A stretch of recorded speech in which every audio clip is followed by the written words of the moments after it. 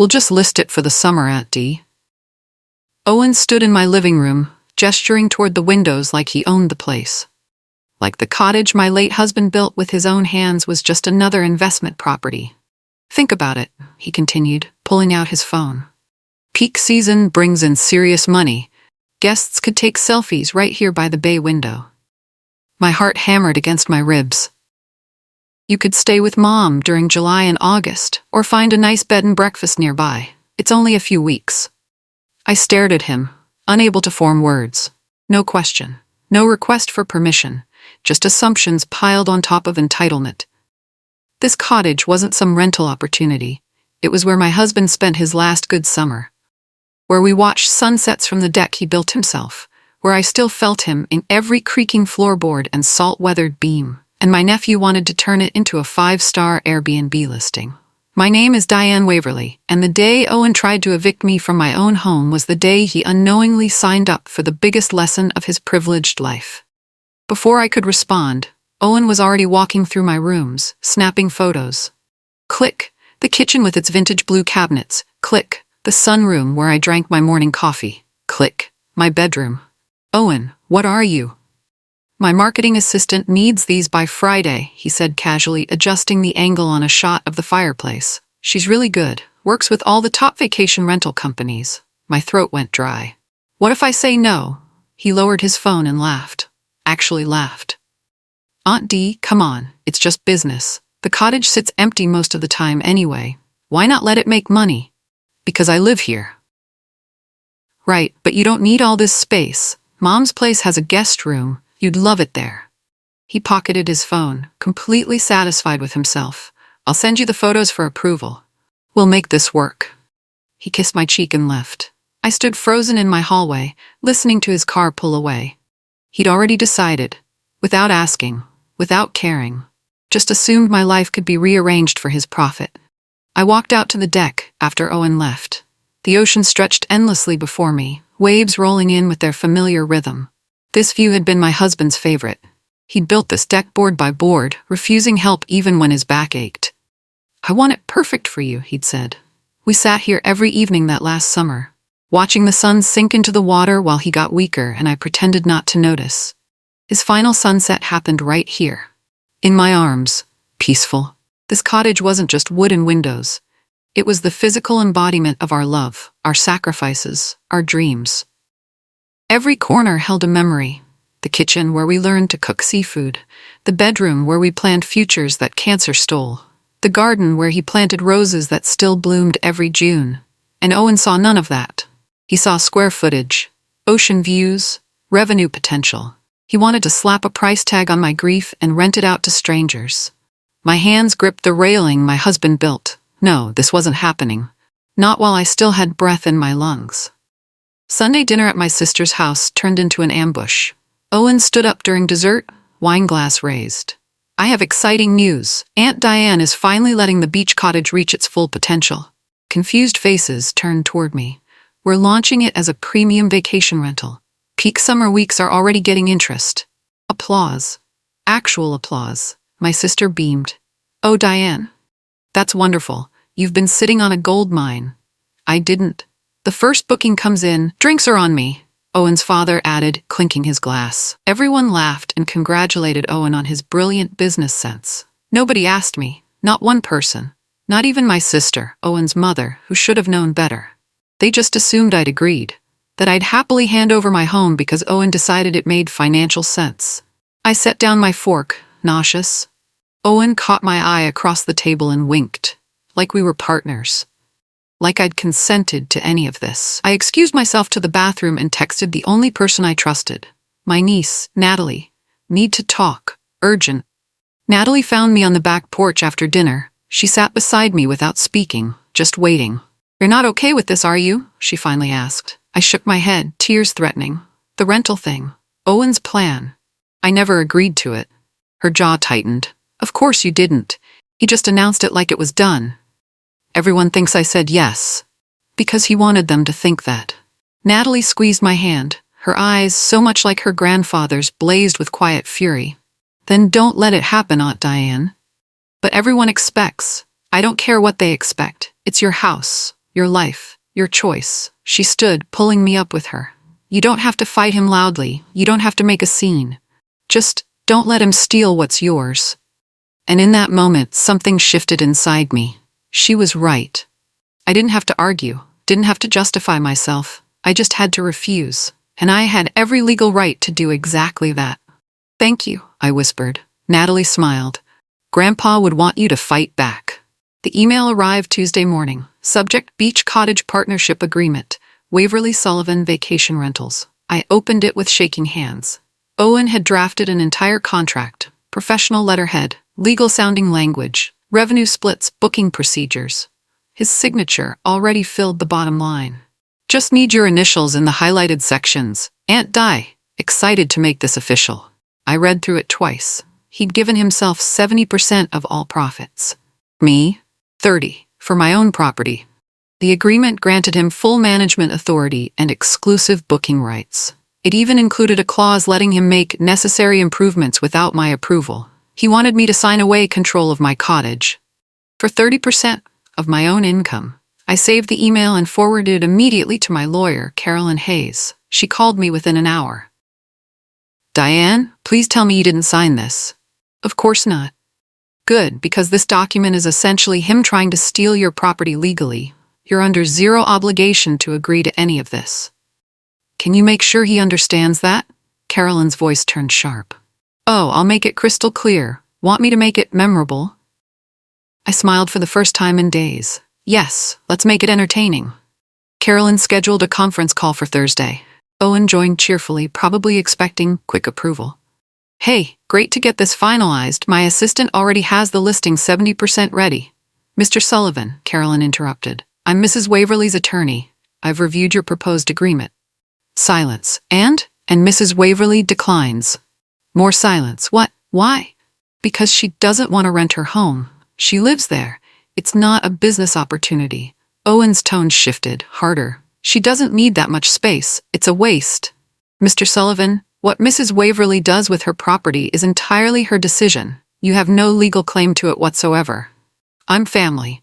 Being family doesn't grant you property rights. This conversation is over unless you have legitimate questions about estate law. I heard Owen breathing heavily through the phone. Aunt Dee, come on. Be reasonable. The call is concluded, Carolyn said firmly. Any further contact regarding this matter should go through my office. Good day. She hung up. I sat in my kitchen, hands trembling, but not from fear. From power. I'd said no, and it felt incredible. Carolyn suggested I do some research. Check with your county office. Make sure you understand the legal requirements for short-term rentals in your area. I called the zoning department that afternoon.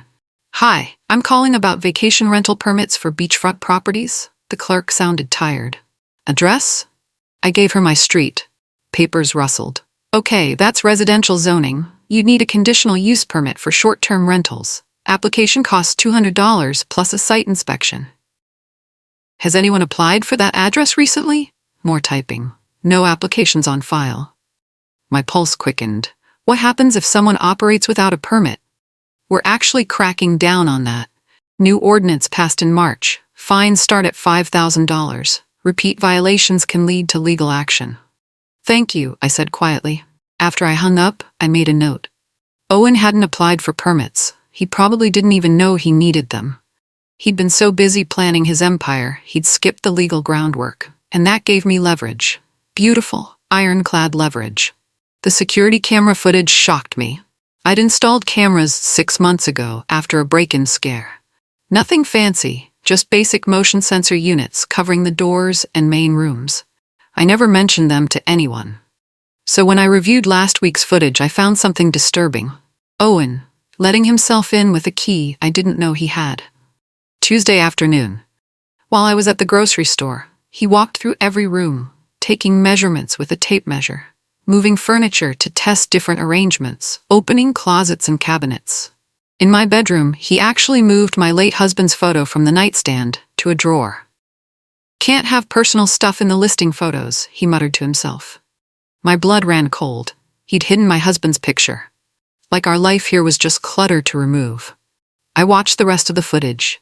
Him on the deck, arms spread wide like he owned the view. In the kitchen, making notes about necessary updates. He spent 43 minutes in my home. Without permission, without my knowledge, I saved every second of that footage, and I knew exactly when I'd use it.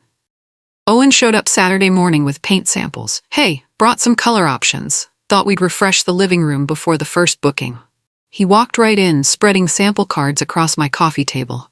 I'm thinking coastal fog or beach linen. Clean, neutral, Instagram friendly. Owen, I told you no. Right, but I'm paying for this. Consider it a gift. I don't want new paint. His smile tightened. Aunt D, the cottage needs updating. The current color scheme is very dated. My husband chose these colors. Exactly. That was 20 years ago. Times change.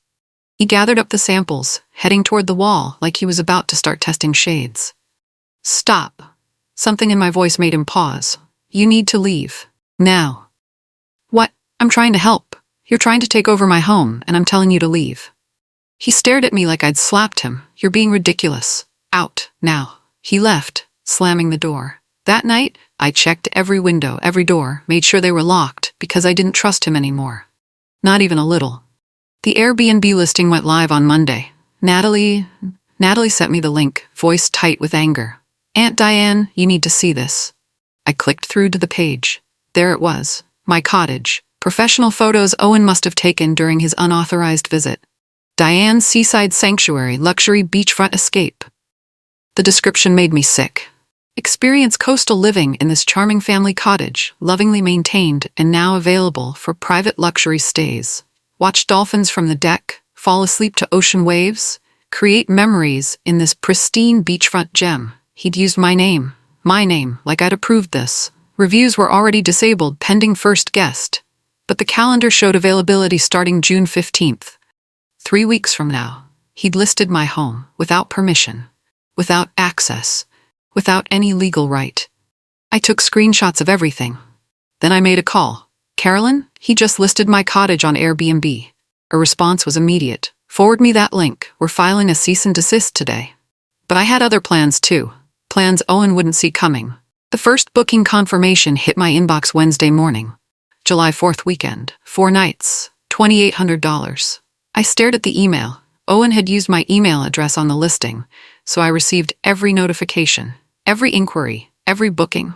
The guest's message was enthusiastic. So excited. Planning a family reunion. The cottage looks perfect. My hands clenched. A family reunion. In my home, where I'd planned my husband's funeral. Owen had sold my grief to strangers. And that booking? That was going to be the catalyst for everything that came next. I forwarded the confirmation to Carolyn. Then I made another call. This one to the county zoning office. Hi, this is Diane Waverly again. I'd like to report an illegal vacation rental operation. I gave them the Airbnb link. The inspector's voice sharpened with interest. We've been looking for violations in that area. Can you come in for a statement? I can do better than that. I can show you proof. When can you come by? I smiled. How about tomorrow morning? I met Inspector Wallace at a coffee shop near the county building. Professional, mid-50s, carrying a tablet and looking thoroughly annoyed at vacation rental scofflaws. Mrs. Waverly? I shook his hand and slid my folder across the table. Inside, printed screenshots of the Airbnb listing, Owen's partnership agreement, the booking confirmations, photos proving it was my property. And most importantly, documentation showing I never consented. Wallace reviewed everything carefully. So your nephew created this listing without your permission? Correct. I've explicitly refused multiple times. And he has no ownership stake in the property? None. It's solely in my name. Wallace made notes. This is cut and dry. Illegal operation, no permits, unauthorized use of private property. He looked up at me. I can shut this down, issue citations, the whole process. How publicly? He smiled slightly. As publicly as you'd like. He's hosting an open house event this weekend. Invited influencers and potential guests. Is he now? I nodded. Wallace's smile grew. Then I'll handle this personally, with proper ceremony. We shook hands again, and I felt the pieces falling into place. I texted Owen Thursday afternoon. Saw the listing. Looks like people are excited about the rental. 3 dots appeared immediately. Finally, I knew you'd come around. This is going to be huge. He sent fireworks emojis. The open house is Saturday at 2. You should come, see what we're building. Maybe I will. Perfect. Bring wine. We're celebrating. I set down my phone. Let him think he'd won. Let him believe I'd caved. Let him plan his little party. Because Saturday at 2, Owen was about to learn a very expensive lesson. About assumptions. About boundaries. About what happens when you try to steal from family. Natalie texted me later. You okay? Better than okay, I replied, just letting him dig his own hole deeper. Need backup Saturday? I smiled. No, but you might want to watch from a safe distance. Wouldn't miss it. I spent Friday cleaning my cottage, making everything perfect. Because when the hammer fell, I wanted Owen to see exactly what he'd tried to take, and exactly what it cost him to try. Saturday afternoon, Owen's open house was in full swing. I watched from my bedroom window as cars filled the driveway. Young couples with expensive cameras. A woman with a ring light doing Instagram stories. Someone flying a drone over the property. Owen in a suit playing host. Natalie texted, "This is insane. He actually catered it." I could see the tables on my deck.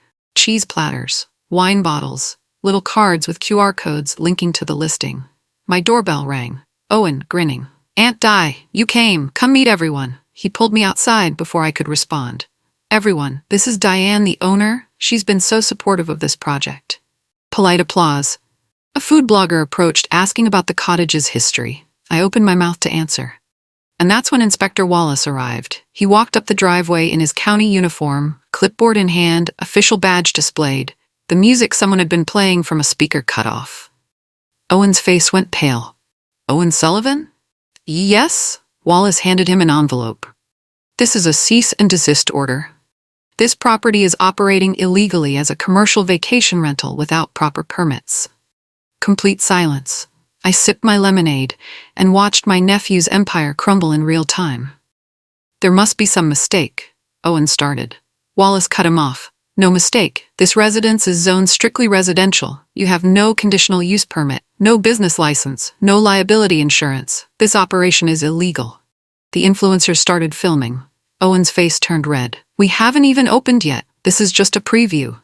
The listing is live. You've accepted bookings. You're promoting commercial activity. That's a violation." Wallace turned to the guests. "I'm afraid this event needs to end. This is now an active investigation site." People grabbed their things and scattered. The food blogger whispered to her friend, "This is better than the content I came for." Owen stood frozen, the envelope crumpling in his fist. Inspector Wallace continued, voice carrying, "You're looking at minimum fines of $5,000, potentially more if bookings aren't immediately canceled and refunded." He handed Owen his business card. "You have 48 hours to comply. After that, we pursue legal action." Wallace tipped his hat to me. "Mrs. Waverly, sorry for the disruption." "Not at all, Inspector. Thank you for your diligence." He left. Owen stared at me, and I saw the exact moment he realized I'd orchestrated the whole thing. My phone started ringing at 7 p.m. Owen, over and over. I declined each call. By 9, the voicemail started. "You set me up. You brought the county inspector. Do you know how humiliated I am? Those people were investors. This was my business, my future, and you destroyed it. All my friends saw. This is going to be everywhere." 11 calls total. Not once did he apologize. Not once did he acknowledge taking my home without permission. Just anger that I dared to protect what was mine. I saved every voicemail. Then I called Carolyn. "It's done. The county shut him down. I saw. Inspector Wallace called me, said you were very helpful." Owen's furious. Of course he is. Entitled people hate consequences. What happens now? Now, he cancels the bookings, pays the fines, and learns a valuable lesson about property rights. I thanked her and hung up. Then I sat on my deck watching the sunset. The same sunset my husband and I watched together. Still mine. Still sacred, still untouchable, no matter how angry Owen got. My sister called Sunday morning. "Diane, what did you do?" "Protected my home." "You humiliated Owen in front of everyone. He's devastated. He tried to steal my cottage, Anne, without asking, without permission. He was trying to help you make money." "I don't want to make money off the place where your father died." Silence. "He built that cottage with his own hands. We scattered his ashes from that deck, and Owen wanted to rent it out to strangers like it was nothing." My voice cracked. "Owen never asked me, never cared what I wanted, just assumed he could take over my life." Anne's voice softened slightly. "He's family, Diane. So am I, and I deserve respect too." This whole thing is embarrassing. For who? Me? Or for Owen, who broke the law? She didn't answer. He's my son. And this is my home. I'm sorry you're embarrassed, but I'm not sorry I stopped him. I hung up and tried not to feel guilty. But families protect each other, right? Even when protection means saying no. The insurance issue came to light Monday afternoon. My homeowner's insurance agent called, voice tight. Mrs. Waverly, I need to ask you about something concerning. What's wrong? Someone attempted to add your policy to a commercial vacation rental platform, listed your coverage as their business insurance. My stomach dropped. What? The request came from an Owen Sullivan, claimed to be your business partner. He's not, and I never authorized that. I know. That's why I'm calling. What he attempted is insurance fraud. Owen had tried to use my policy, my coverage, to protect his illegal business. I've flagged his information in our system, the agent continued. If he tries to get his own policy anywhere, his rates will be significantly higher. How much higher? Tripled. At minimum. Fraudulent activity stays on record for 7 years. I thanked her and hung up. Owen had just made it nearly impossible to get affordable insurance for trying to steal mine. The consequences kept piling up, and I hadn't even filed a formal complaint yet. Just let him destroy himself through his own greed. I decided the cottage needed a new purpose, something that would honor my husband's memory properly. I called the local Veterans Center. I'd like to donate 3 weekends this summer for a veterans retreat. The coordinator sounded stunned. You're offering your beachfront cottage? Yes, for healing, fishing, kayaking, whatever they need. Mrs. Waverly, that's incredibly generous. We arranged June, July, and August weekends. When the first group arrived, I watched from my car. 6 veterans ranging from their 20s to their 60s, some with visible injuries, others carrying invisible wounds. They walked out onto the deck my husband built. One man sat in the rocking chair and closed his eyes, breathing in the salt air. Another laughed, at a seagull stealing a sandwich. I cried. Happy tears, because this felt right. My husband would have loved this. He always said the ocean could heal anything if you gave it time. These men and women deserved that healing. They deserved the peace Owen had tried to monetize. And watching them find it made every confrontation worthwhile. Natalie posted the real story on social media Tuesday night. She'd gathered everything. Screenshots of Owen's emails, the unauthorized entry footage, his contract trying to claim 70%, the illegal listing, all of it. Her caption was simple. My cousin tried to steal our aunt's home and turn it into his rental empire. She's a widow, living in the cottage her late husband built. He didn't care. Here's what happened when she fought back. The post exploded. Within hours, thousands of shares. Comments poured in, good for her. Family doesn't mean free property. Finally, a story where the entitled relative faces consequences. That nephew is despicable. I hope he learned his lesson. Your aunt is a hero. Owen's friends started tagging him, asking for his side. He posted one defensive comment. There's more to this story. Someone replied, yeah, that you're a thief. He deleted his comment, then deactivated his accounts entirely. Natalie called me. Too much? No. People needed to know the truth. The county inspector liked my post. I laughed, actually laughed. Owen's done, isn't he? Completely. Owen tried to salvage something from the disaster. He contacted another vacation rental company, trying to sell his business model and client list. But the permits were permanently revoked. The county had blacklisted the address.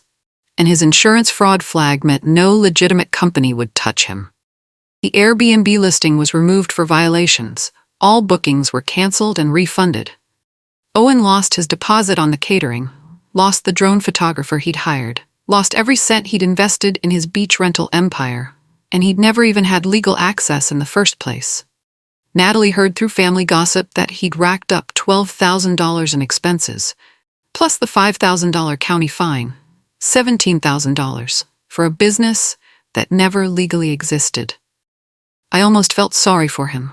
Almost. Then I remembered him hiding my husband's photo, and my sympathy evaporated. You don't get to monetize someone's grief, not without consequences. The will reading happened in September. My father-in-law had passed peacefully at 92. The lawyer called the family together. Owen attended, probably hoping for something to offset his losses. The lawyer read through carefully, properties divided among grandchildren, stocks and bonds distributed. Then, the lake property goes to Natalie Sullivan. Owen's head snapped up. What? I thought that was mine. The lawyer continued calmly.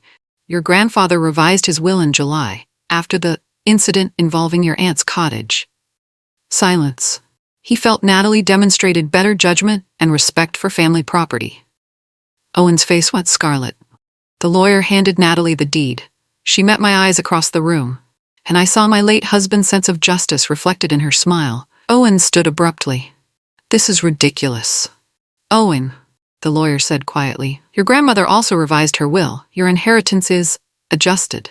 Adjusted how? You'll receive a trust fund, accessible when you turn 50, provided you complete financial responsibility counseling. Owen stormed out. Anne followed him, shooting me an accusing look. But I stayed seated, because for the first time the family consequences matched Owen's actions. Owen showed up at my cottage one final time. October. Just as the weather turned cold, I opened the door to find him on my porch, hands shoved in pockets, no apology in his eyes, just desperation. You don't understand what this cost me. What it cost you? The business, the inheritance, my reputation, everything. I crossed my arms. You tried to take my home. I was trying to help you. You hid my husband's photo. You entered my house without permission. You listed my property illegally. You committed insurance fraud.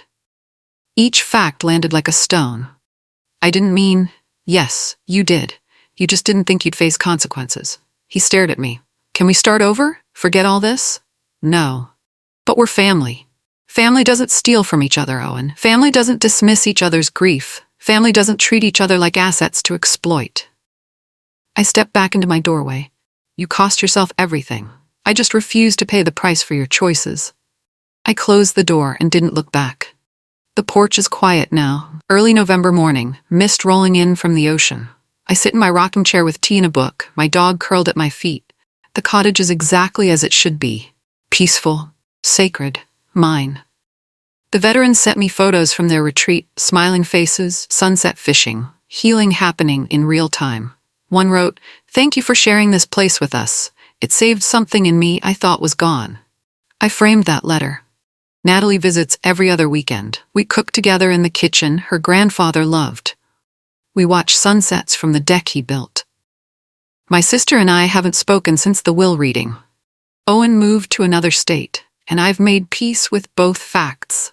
Some relationships can't survive their own entitlement, but some homes are worth fighting for. When people ask if it was worth it, the confrontations, the family drama, the legal battles, I always say the same thing. Some homes aren't for sale. Some names can't be rented, and this one is mine. The ocean rolls in. My husband's roses bloom in the garden, and I sit here whole and unbothered, knowing I chose myself and my sanctuary over someone else's greed.